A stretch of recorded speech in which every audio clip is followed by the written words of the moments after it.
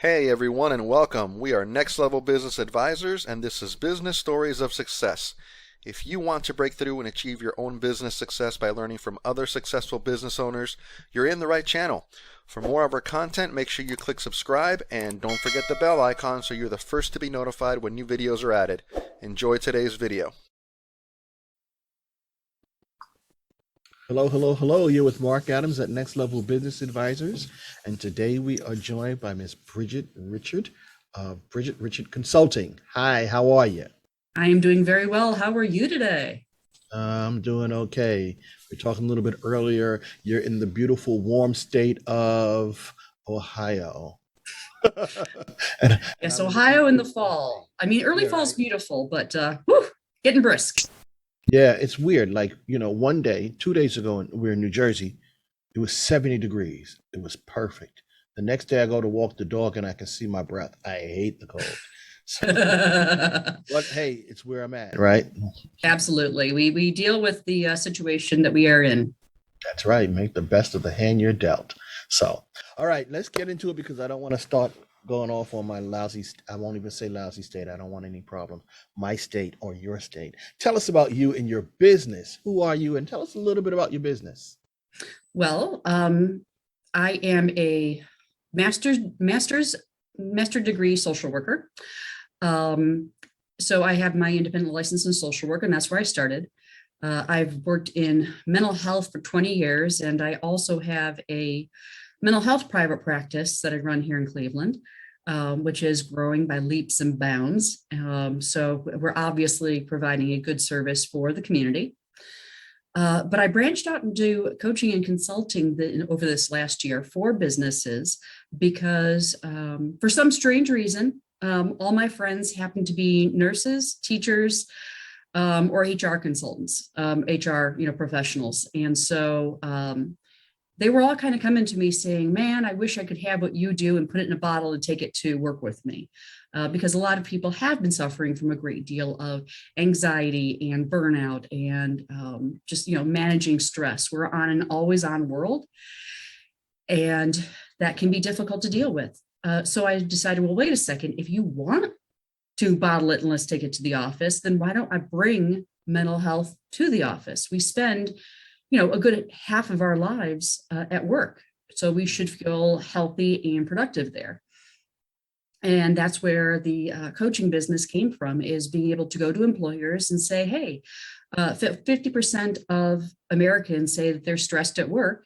And that leads to turnover, that leads to higher medical claims, that leads to infighting in the office, lack of productivity, you name it.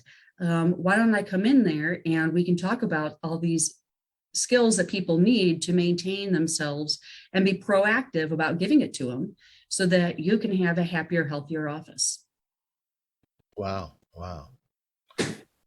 So let me ask you this question. Based on that, you said you have two businesses going. How do you manage to juggle your time effectively? Well, usually all the balls that I'm juggling are on fire. Okay, okay. As with anybody else, I think my ability to say no comes into play a lot. My ability to delegate comes into play a lot. I have fantastic team members at the counseling practice, and they do a marvelous job of managing those tasks that don't necessarily need my attention.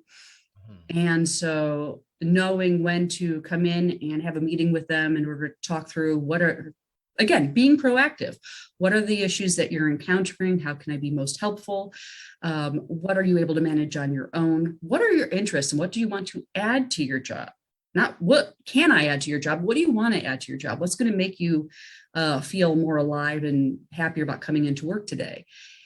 And as long as they feel engaged and they feel inspired, they take care of a lot very much on their own. And then the nature of the consulting business is that I work with a chosen few people at a time so that I can concentrate on their business alone.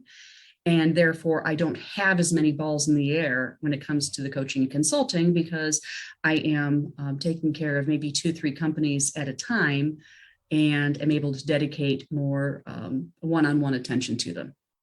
I love that. I love that. You said a lot of things in there that I think were really, really powerful and valuable. I just want to step back for a moment, and I want to tie this to my next question about the role you play in your business.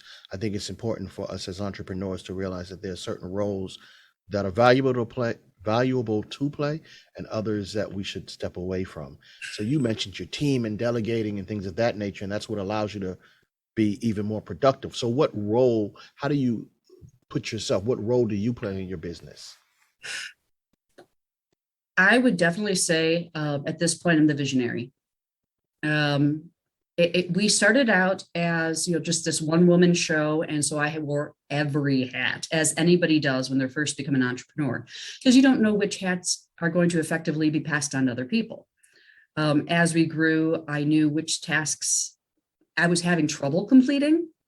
And so rather than what role can I fill first, it was what role can I fill that's going to complement what I'm already doing, but um, help with me completing those tasks that I am not getting done, right? And as that evolved step by step, I started seeing, what am I good at? What are the people around me good at? And I have been able to evolve the business into a business where we are almost at the point where we have middle management. And with middle management, then I can take on more of a CEO role, where I am managing the managers and in charge of the mission and the vision of the agency and the growth and development, as opposed to the day-to-day. And I think that's where a lot of people get trapped, is they get trapped into I have to be involved in the day-to-day, because if I'm not, everything's going to fall apart. And it's not. It just may not be done exactly the same way you would do it. But that's kind of letting that baby grow up a little bit. At some point, it has to individuate itself, and you have to understand it's not going to do exactly everything that you want it to. But as long as your mission, vision are in place, it's going to function overall with the values that you have and the reason that you started it.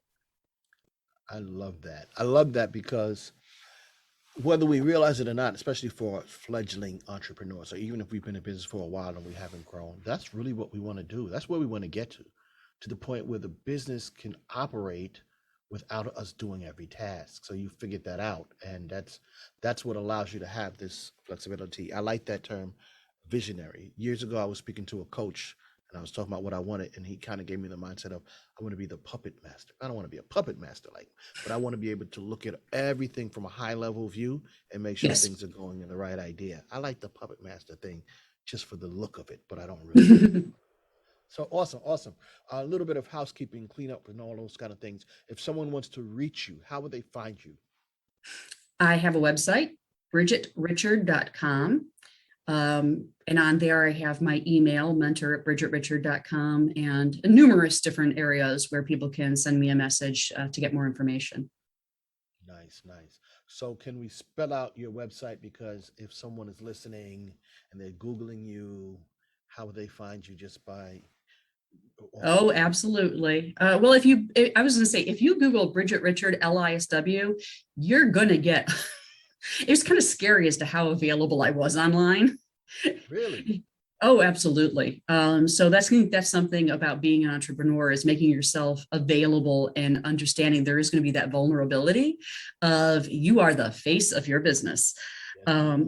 But for people who would like, my name is Bridget, BRIDGET, Richard, RICHARD.com. Okay, very nice, very nice. And I love your email address, mentor@bridgetrichard.com.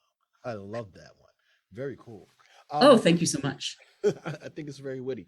And that actually will stick in someone's mind, right? Because that's what you're doing. So I like that. So the title of our discussion of our podcast is Business Stories of Success. So I ask every entrepreneur that I speak with, how do you define success? I am continuously redefining success. Um, Creating something above and beyond yourself is definitely a success. And I think that's where you and I are talking about being able to be the visionary of your business and having your business function without you. But I know so many people who have and are happy with businesses where they are the solopreneur, or they are, one of very few people, but their business has expanded and touched many lives. And so therefore they are, very successful, which is perfectly fine. In fact, there was a statistic given to me that there are 30 million businesses in the United States. Only 6 million of those have employees. Wow. Yeah, that surprised me as well. So having multiple people as part of your organization isn't necessarily always the definition of success, but that you've taken something and created something out of nothing. There was no Lamplight Counseling Services or Bridget Richard coaching, and now there is, and it provides a service that people see as valuable. So I consider that to be a success. Nice. And so let me ask you this question, which follows that. Since you have what you consider a successful business, people always want to know, how have you made it successful? What did you do to be successful with your business? Continuously updating, I'd say updating my plan. Not necessarily a formal business plan, but when I started my business, I was like, if we see 500 people, 500 sessions a month, I would be abso-stinking-lutely amazed. Well, let me tell you, we're doing about 3 times that. I never could picture it. Absolutely couldn't picture it. But as we grew, I kept asking. In fact, for the first 3 years, every morning I would wake up and say, what should I do for my business today? And sometimes that was going to a chamber meeting, and sometimes that was checking on my website, and sometimes that was hiring or seeing a client. But it was always, what do I need to do for the business today? And then I noticed at some point, like I said, after the 3-year mark, that slid off. I was so involved and everything was moving so smoothly, I didn't have to ask myself that anymore. So one of the things I continued to do, which is kind of a natural evolution of that, is to say, okay, well, what is serving me and what is not serving me? And who can I ask for help?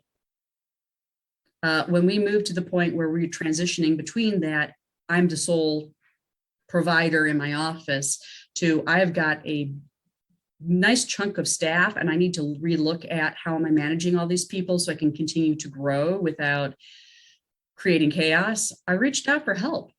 And I ended up with 3 different partners that I worked with, mentors, coaches, people who are available. And all of them pretty much said the same thing and validated what I wanted to do, which was nice. But they also saw the gaps in my knowledge. And so they say, research this, look at that. And so reaching out for help was integral in, you don't know the questions to ask until you've been there. So you've either made the mistake or you're faced with the question. So seeking help from others helps people who've done it backfill and say, you're not asking this one, you need to be looking at it.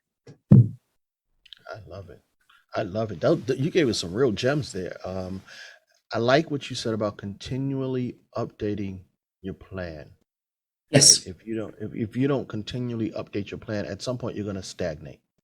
Yes. And I like that, and I like the fact that you talked about these mentors. And I always ask that question, but I'm not going to ask you that at this moment because I want to make sure that I'm stuck on the same thing. So you have made sure to continually update that plan. You have help where you need it, and you've constantly grown.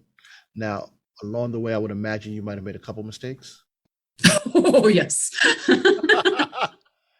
Care to share one with our group? Actually, I'll share 2, but I'll share them generally. Plenty of mistakes when it comes to marketing. I have tried and I have thrown spaghetti against the wall and gone, okay, well, let me try this paper marketing. Let me try this online marketing. Let me try marketing through Facebook. Let me try it on my own. Let me ask for help. And none of that was wasted. Okay. But some of it was definitely not successful. So I think if people are making mistakes, what you're doing is you're learning. If you're not repeating the same mistakes, then you're learning and nothing is wasted. If you continue to make the same mistake again and again and again, then you might be wasting some time. But there is a lot of learning and trial and error, particularly in the beginning, because no two businesses are the same, right? So I have refined and refined, and then the marketing that worked for my business in the early days does not work now. Because we have evolved and we reach a different audience and we need to do it in a different way. The other one, which is very typical of people who start business, is I was too nice. I wanted to give everybody a chance. I wanted to look past some of the difficulties. I expected the best out of everybody. And so I wasn't the leader I needed to be, because I thought, everybody's like me and we're all going to be motivated and work together. And that is not the case. Okay, reality kicks in, huh? Oh, yeah. Yeah. And I'm still learning a little bit. I still want to take a chance on people. I put the social in social work. But I now know that there are some people who are motivated. There's some people who are not motivated. And if they're not motivated, then really, I'm not doing them a service by keeping as part of the team. They're comfortable because people don't want to reach out and they don't want to make changes. But they're not happy. And because they're not happy, you're not happy. So somebody has to say, okay, this is not working. And that would be the leader. So that puts us in some uncomfortable positions. But as soon as we learn to deal with the discomfort, it gets easier. It's true. I like those two things. I like what you said about the mistakes, because you said if we make mistakes, it's okay because we're learning. Yeah. Right. I like that because it's so true. I mean, I'm a real smart guy if we were counting learning from the mistakes, because all I do, especially when it comes to this marketing thing, my goodness, I have tried everything under the sun. I have learned so much, but I haven't learned the key yet. It's funny when it comes to certain things, right? But it's not wasted if we don't repeat the same mistakes. And I like that you mentioned that too. It's okay to make mistakes, learn from them, don't repeat them. I guess if you repeat them, then they become disasters. If you do it too much, yes. Right. So we have to be aware of that. It's funny, I was doing a podcast interview with another business owner, and he mentioned different mistakes. And he was like, it's okay to make mistakes. What you're trying to avoid are the fatal ones. Oh, that's true. Right. We got to be aware of that. Good point. Yeah, it's all like that. Let me ask you, what do you think is the single most important quality needed to be a successful business owner? Flexibility. Okay. Why do you say flexibility? Because you're creating something, but you're creating something with your vision. And it doesn't matter if you're talking employees or you're talking I keep wanting to say construction, but partners that you're using to make whatever widgets you're selling, or you're talking customers, they will not share the exact same vision as you do because they're not in your head. So rather than giving up, which is awful, or getting angry, which is probably worse, understanding that, okay, well, I wanted to make this and I wanted to be, cotton candy pink, but really the only thing that's available out there in my price range is fuchsia. Is that a critical decision? No, it's not a critical decision, but that is what's out there that's going to make it work. Then, being flexible with that decision is going to help you to move forward rather than getting stuck in the minutia. Okay, good. I like that one. Flexibility is definitely important. I always say you want to be flexible like a rubber band. I don't say that for business, but just in life, I'm trying to be flexible like a rubber band. Not too stuck in your ways. It really does make for challenges. And like you said, when you're a business owner, it's not going to work exactly as you plan. So you definitely have to have that. Now, you touched on earlier mentors. You said you had some mentors, you had some coaches, and how they help contribute to your success. Would you like to elaborate on that just a little bit for us? Like how, if someone brings on someone, they can expect success? What is the give and take that you have to be successful with a mentor or a coach? In therapy, I tell people on a reasonably regular basis, the most dangerous place for anybody is inside their own head. Because inside your own head, all you're doing is reaffirming all of your thoughts and all of your fears. And there's nobody to challenge you in there because you don't know what you don't know, right? Whereas like the SBA has a program called SCORE, where they will provide you with free mentors. And maybe they're part of your business. In my case, they were not. They were not part of my industry. But what they would do is they would absolutely validate, yes, you are on the right path. Yes, you should continue with this. Make sure to check with your lawyer on that. Oh, you don't absolutely need anybody to check on that. That's just, the same thing across the board. And so I had somebody outside of myself that I could do some reality testing. Is this something that's really going to happen? Is this something where I'm making a grand mistake, as you put it, a fatal mistake, right? And so that was very helpful. And that was a free mentor. And then there were other people where I would say, this is the goal that I have. I just don't quite know how to reach it. And again, those people were very validating because I was already putting some things in place. The things that I wasn't putting in place were things I didn't know about because I did not grow, I didn't grow my business. I didn't grow up career-wise in the corporate America. So there are certain things that hold gaps in my knowledge that they were able to fill in. So it's that idea of finding somebody who's been there and finding somebody who is at least a few steps ahead of you so that when they give you feedback, it's not just what you want to hear, it's what you need to hear. I like that. And I like what you mentioned. So it's, you can have a great mentor no matter how amazing. If you don't get outside your own head, you're not going to do well. You have to be, I guess, open to what they're sharing with you. And if you can't find that openness with that mentor, then maybe you need to find a different mentor even, because there has to be, like, to me, a synergy, right? That's going back and forth between you and that individual. You have Yes, to be absolutely. receptive to learning from them. And then the sky's the limit, and I like what you mentioned about, I know I'm picking these points out, but this is what when I interview people, I talk about what I can use for myself. So, talked about some who are free and some who are paid. I think about one of my first mentors when I first started. His name was Waverly Lane. He was just another accountant, and he was a cool name, right? Wave. But I remember I had an IRS resolution case. I had never done it before. Someone came to me, and I just reached out, and he was like, "Look, I'll do it. You shadow, you learn, and you can." He was like, "You can take. I don't care. You can take all the credit." But he just offered his time and his expertise, and it opened up my world. Yes. That it can be done. I see how it's done, and he guided me, and I'm gonna forever be grateful to Wave, just for that bit of mentorship. And then I've had other mentors helping me to expand the business, which is a whole different thing. But in every case, there's this synergy, and we better have an open mind if we're going to be successful with our mentors. Awesome. Can I ask you, what advice would you give to a new business owner?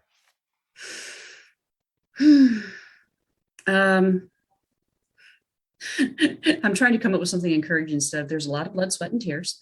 True. And I would say focus on the positive. So something along the lines of, what can I do for my business today? Do I need to shake a hand? Do I need to go to a farmer's market? Do I need to make a phone call? Instead of focusing on the no's that you get, because there's always going to be no's.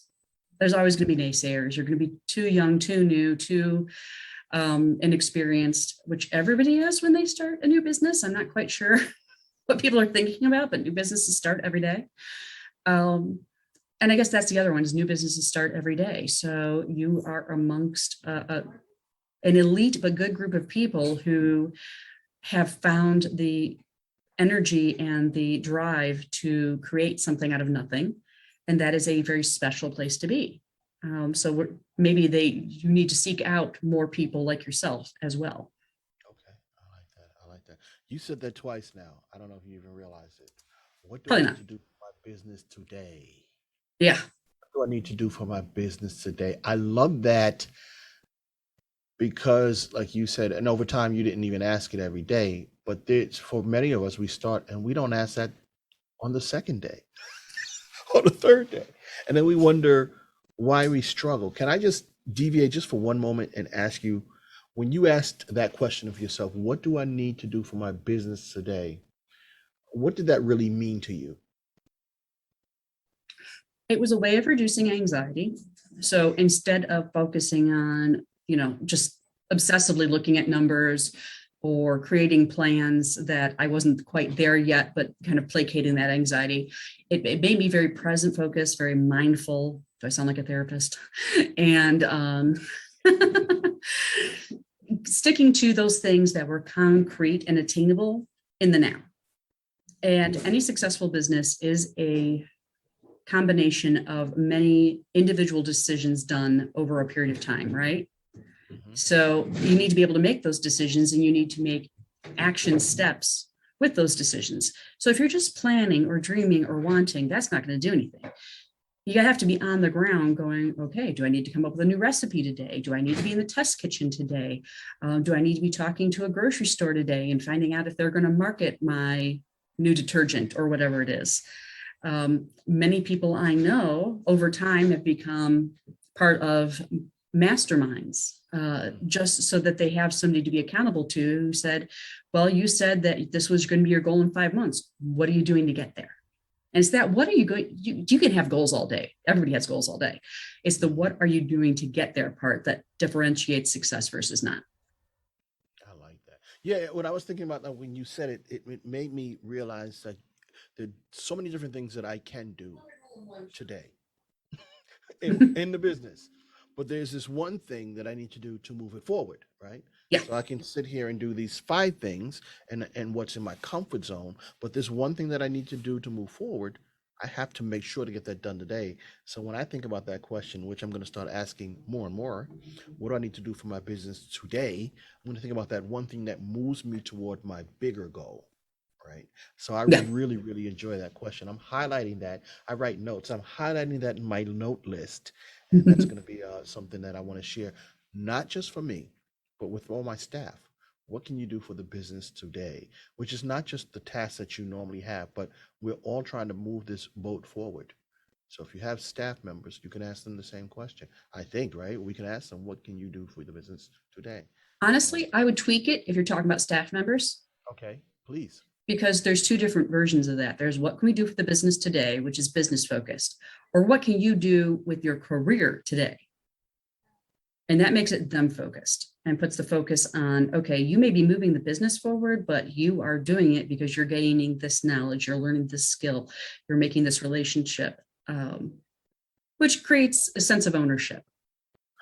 I was just about to ask you, why would we care about the career part, but you just made it. It's that sense of ownership. I know you had a reason for it, I wanted everybody else to hear it, right? Because if they're listening, why would I care about my employee's career? It's that sense of ownership. We're all in this together. That's the way, Yes. right? I want to grow and I want my business to do well, but I want you to do well as well. So what can you do for your career today? I like that because it brings us all together. And if we're not all together, it's not really as powerful as it can be. That's the way Now there is a good term, powerful. I like it. Thank you. Cool. I got one. All right. I have one other question, if you don't mind, that I ask before I disconnect. Is that all right? Absolutely. Perfect. Because you've been in business for a while and you've been successful. I want you to think way, way, way back to when you started. If you could go right back before you started your business, what advice would you give yourself? Go faster. Wow. Why go faster? What does that mean?